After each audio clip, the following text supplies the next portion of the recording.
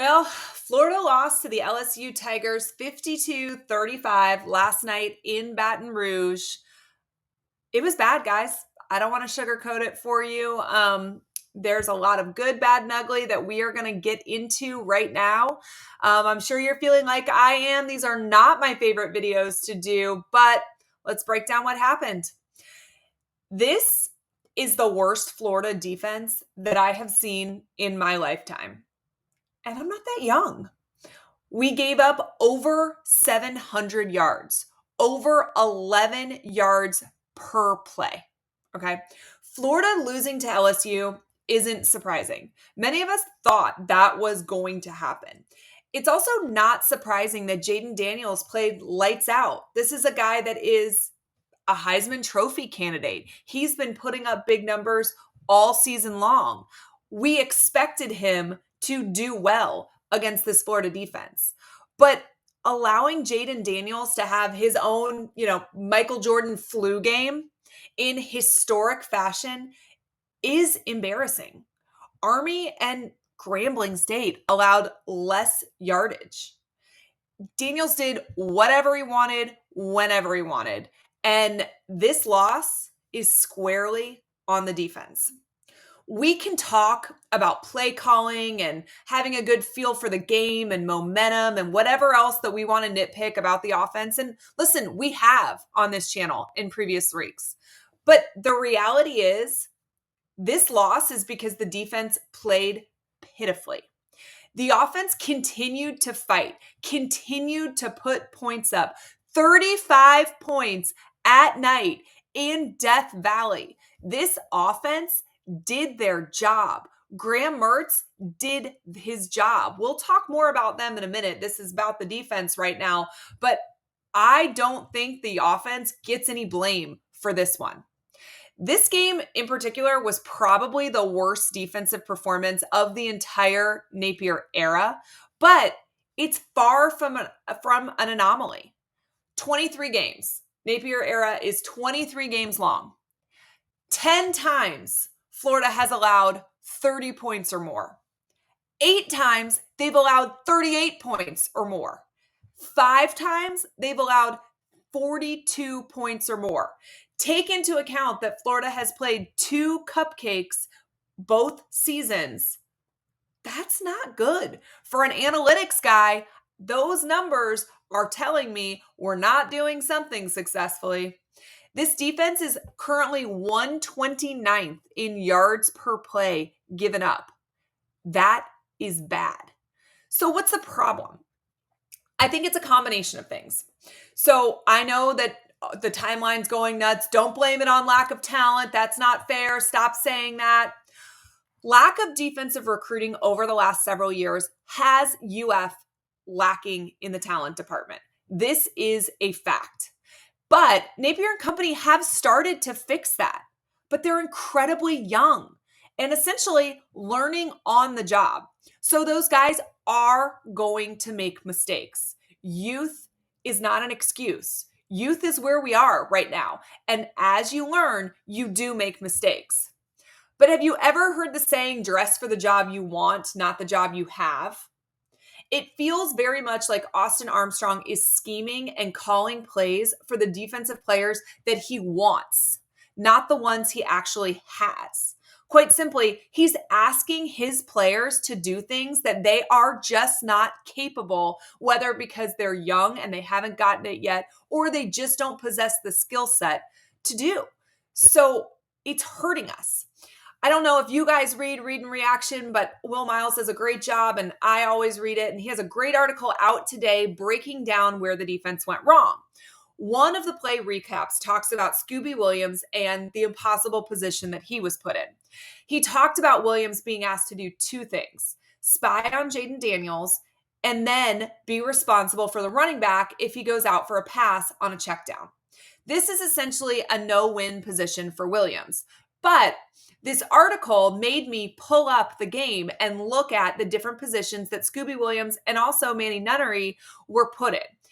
And yes, it is a hard ask for these players, but both of them made their job much more difficult than it already was by getting sucked up in the trenches. A spy should never get touched by an offensive lineman unless that lineman specifically releases downfield to block him. And on Saturday, we saw multiple players that had they stayed in their true spy zone instead of running up basically into the backfield, it would have saved multiple big plays that really were just checkdowns to running backs. It's a poor understanding of the spy position, what it is, what it's supposed to do.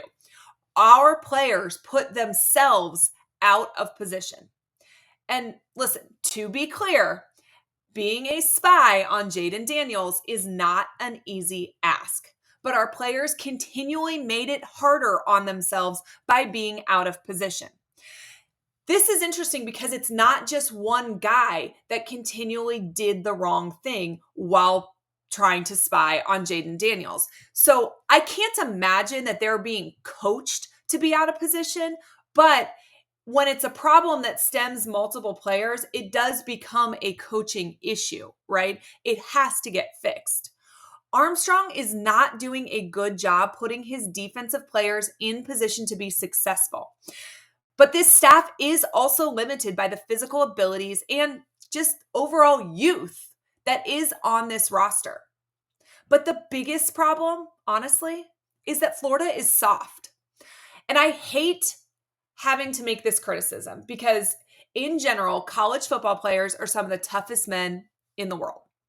The things that they are routinely asked to do would make grown men cry. Most of the world could not do the things that they do daily. And then they balance a class schedule as well.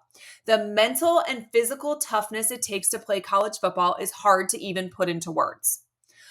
But this team is physically soft. Look at our tackling issues. We do not have the ability to get opposing players to the ground. This happened on almost every play on Saturday night, and it's been an issue all season. The lack of speed and explosion makes it worse. Our defensive line cannot get any push up the middle or pass rush. We are not fast enough to get into proper tackling position. Because of that, we need to utilize gang tackling, and we're not. Our defenders are bouncing off and not holding on, which means it doesn't even matter if other guys are trying to pursue and gang tackle. They need to emphasize that you have to slow your man down enough until someone can come and help you. If you are not good enough to make the tackle on your own, you need to hold on for dear life until your teammates can get there to help you. This should be being worked on in practice. Ones versus ones, full speed. Come up with drills to simulate this. I don't know how many of you saw Caleb Brantley's tweet saying it looks like we practice in helmets and shorts all week. This is what he is talking about. This is what he is referring to. It looks like we are not going full speed every single practice. This hasn't improved over the course of the season. And if we were working on it 5 days a week, logic tells you it would have improved.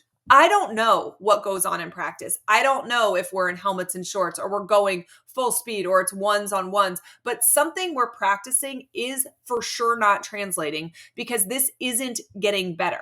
And if you don't have the outright speed to get into position, you've got to scheme ways to take runners down, to take ball carriers down. And we're not doing it right now.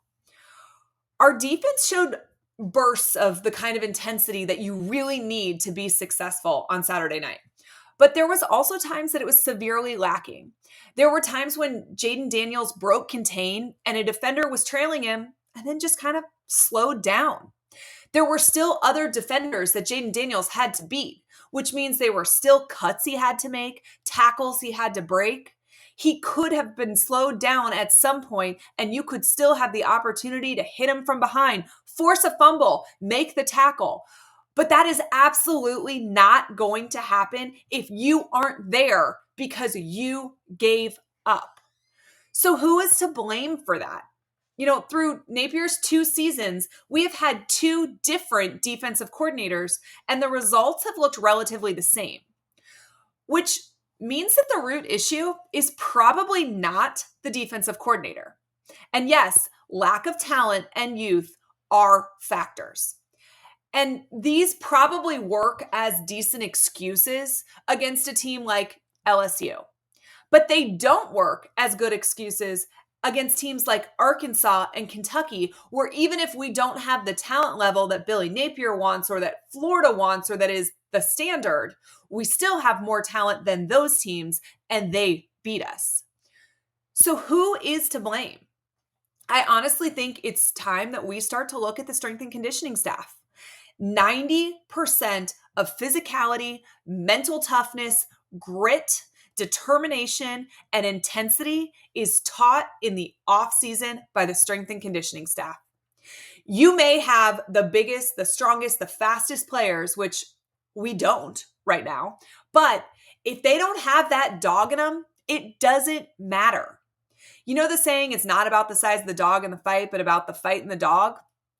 Listen, everybody talked about all the gains this offseason, but we aren't looking for bodybuilders or weightlifters. We are looking for football players. Killer instinct. And make no mistake, this staff, this team wants to win. More so than any fan, any booster, any, couch quarterback on Saturday, anybody watching YouTube to learn about the Gators. This team wants to win more than any of those people. They never give up. They are battling until the very end. And all of these things are admirable qualities, and they are necessary qualities for the long-term success of the rebuild. But that killer instinct isn't there. And I'm not sure that it's something that can be created mid-season, but you have to try. You have to do something different because what you are doing isn't working. You can't keep doing things the same way, which is what it feels like, at least from the outside. I do think that it's overblown that this defense has gotten worse as the season has gone on. I think the schedule has gotten harder as the season has gone on. So when you play better teams, your weaknesses are exposed more. So I don't think it's fair to say that they're regressing. I don't think they are. But I don't know that they're progressing in the way that we would like to see. But there were some positives on Saturday night, and I think that they are absolutely worth talking about. The Gators have so much heart and so much fight. They put up 35 points in Death Valley at night. Gator fans are used to 35 points being more than enough to win. And obviously the game wasn't even close on Saturday night. But this offense is good. Graham Mertz is a leader. He makes very few mistakes. He has that dog in him. You watch him on the sidelines, he wants to win. He might want to win more than anybody else standing on that sideline. He tries to get his players up too. He does everything within his power to put points on the board and to help his team. Etienne and Johnson are solid. They made some big runs at big times during that game. Ricky Pearsall is phenomenal. Our wide receivers are developing. We have a lot of talent at those skill positions, but sometimes it's hard to show when you can't get them the ball that much because of the inconsistency on the offensive line. But the wide receiver unit as a whole is good and continues to get better. They have improved as the season has gone on. And you know what? Even the offensive line looked a little bit better yesterday. There was some push up the middle from this offensive line, and it gave our running backs the ability to break off some nice, decent runs. I also want to point out special teams. Florida's special teams units did what they needed to do on Saturday. When LSU's special teams made a mistake, we were right there to capitalize on it. It was a huge momentum swing, right? Special teams can help you win ball games. And Florida's special teams did that on Saturday. And that was a huge step in the right direction. We continue to echo on this channel, Billy Napier is not getting fired. He gets next season. no matter how the rest of this year plays out. Right now, though, his safety net is recruiting. Obviously, Jamonta Waller flipped to Auburn yesterday, and there are some rumors swirling about some other players committed to us. I do think the top of this class is incredibly solid, but Coach Napier and staff really need to hold on to this class. If they can hold on to a top 5 class, that would be huge. They need signing day to come as soon as possible, and they need to really let the ink dry for all of these players. And if they don't, it's going to be harder. The seat gets hotter. The rope gets shorter.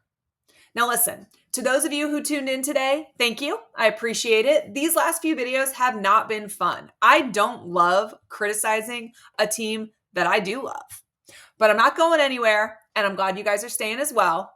In all kinds of weather means showing up either way. No matter how the season finishes, we're going to be here to talk about it. Go Gators.